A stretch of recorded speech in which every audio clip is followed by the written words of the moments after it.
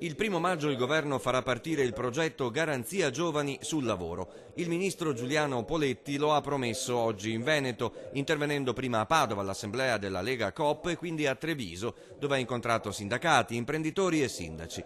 La richiesta unanime è stata quella di offrire misure per far ripartire l'economia e garanzie per i contratti di solidarietà.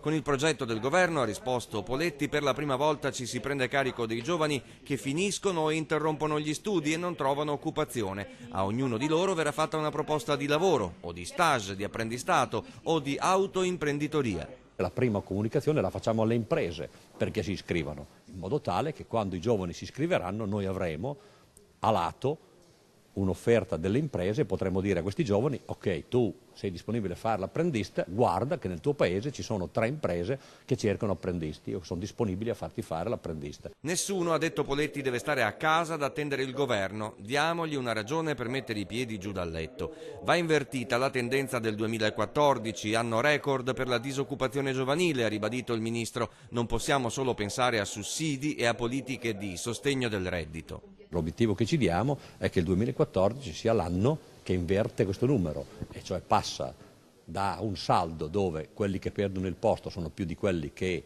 lo trovano, ad un dato dove prima arriveremo a 0 e poi partiremo con un dato positivo. Non so se funzionerà, ha concluso il ministro. Avremo tanti problemi, ma intanto partiamo e poi ci adegueremo in corso d'opera per un progetto che parla a 1 milione di italiani.